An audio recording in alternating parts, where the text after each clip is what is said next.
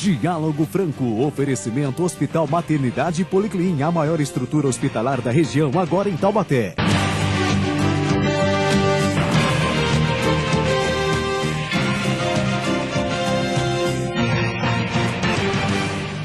Olá, muito bom dia. Nesse domingo, nosso Diálogo Franco traz aqui mais uma personalidade da nossa região e do setor médico dessa vez.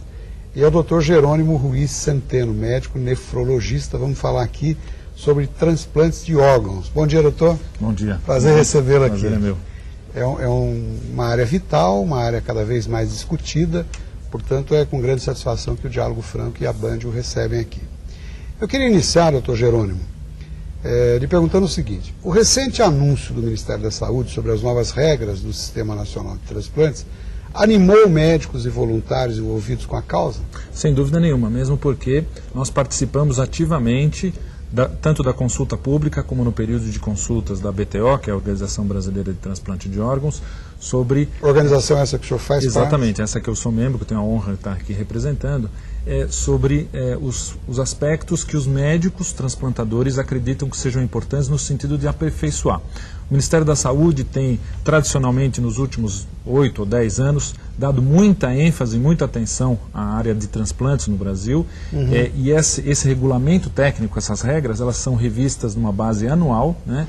Procura-se publicar isso por volta do mês de setembro, esse ano atrasou um pouco, porque lá pelo dia 27 de setembro é o dia do transplante no Brasil. Então é o dia que nós aproveitamos para fazer Cosme e Damião, exatamente, que são os patronos do transplante, né?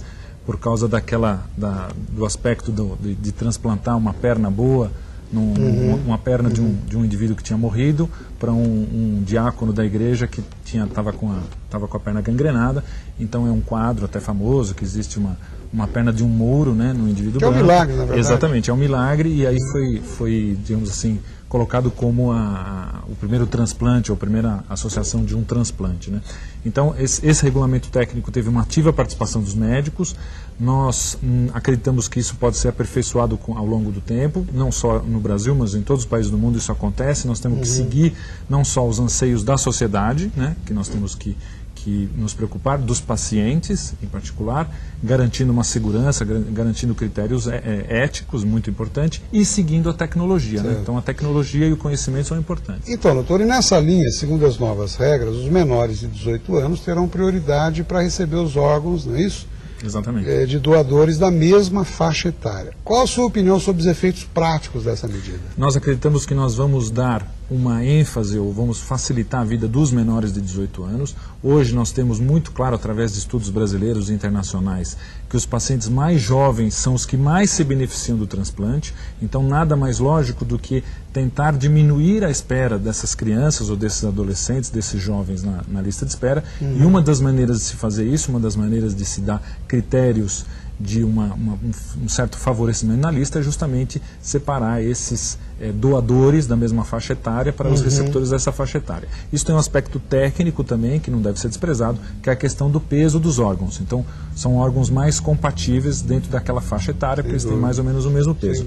Então, nós vemos isso como vai ter um efeito prático nos próximos anos de melhorar a vida das crianças. Na realidade, no Brasil, normalmente as leis vêm de cima para baixo, é coisa de gabinete, é coisa... Pelo que o senhor está falando, então, essas mudanças eram esperadas pelos senhores, foram trabalhadas pelos senhores, então elas são bem realistas comparando com as necessidades. Exatamente. A BTO, a Associação Brasileira de Transplante de Órgãos, tem a satisfação de realmente participar junto com a Câmara Técnica, com o Ministério da Saúde, e essas regras elas são realmente muito discutidas, inclusive com consulta pública.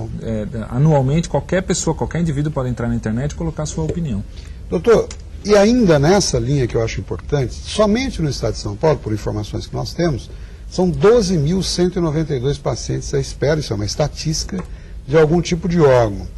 A minha pergunta é a seguinte: o que fazer para minimizar esse problema ainda mais? Então, o que nós temos que fazer, como sociedade, como Ministério da Saúde do Governo, como a Associação dos Médicos, como a BTO, como a Associação dos Pacientes, os gestores da saúde, o Sistema Único de Saúde, é aperfeiçoar o transplante, melhorar o orçamento, não é ruim, se a gente for olhar o universo do SUS e o que se financia para o transplante, nós somos privilegiados, nós acreditamos nisso, mas é possível melhorar, existem algumas medidas que já vão sendo tomadas para melhorar isso, e nós temos que aumentar a oferta de órgãos para diminuir. Lembrando que são 12.192 no estado de São Paulo, isso é uma estatística de um dia, porque isso vai aumentando pouco a pouco, mas são 60 mil no Brasil, né? Então existe uma enorme quantidade de brasileiros que poderão ter a sua saúde resgatada, a sua saúde restaurada, uma saúde de boa qualidade, uma sobrevida melhor. Significa até um renascimento. Exatamente, casos, uma qualidade de vida melhor, uma reabilitação melhor, né?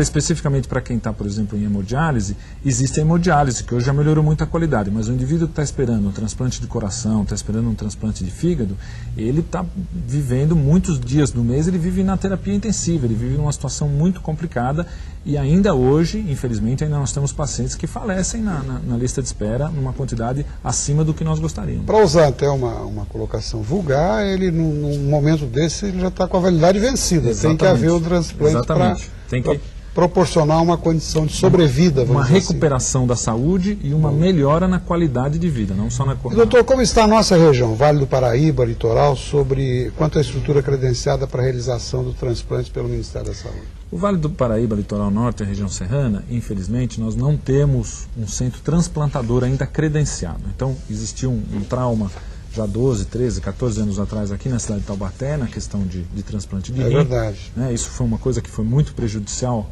para o transplante de maneira geral, em termos de credibilidade, né, de confiança da população, que volta a ser restaurada por força de diversas campanhas que a BTO tem participado a nível nacional, estadual e regional, mas existe ainda um certo receio em relação, uma certa resistência em relação ao transplante. Vamos fazer com que essa tribuna do Diálogo Franco auxilie, então, no sentido que nós tenhamos... Sem dúvida. O que nós precisamos, o que nós acreditamos que nós precisamos é, além de melhorar essa informação, essa qualidade de informação, nós precisamos montar uma estrutura de captação, de notificação e distribuição de órgãos no Vale do Paraíba. Com certeza nós vamos falar durante o programa, eu vou pedir um minutinho de licença a todos, a gente vai para um breve intervalo e já volta com o Dr. Jerônimo nesse interessante Diálogo Franco de hoje. Até já.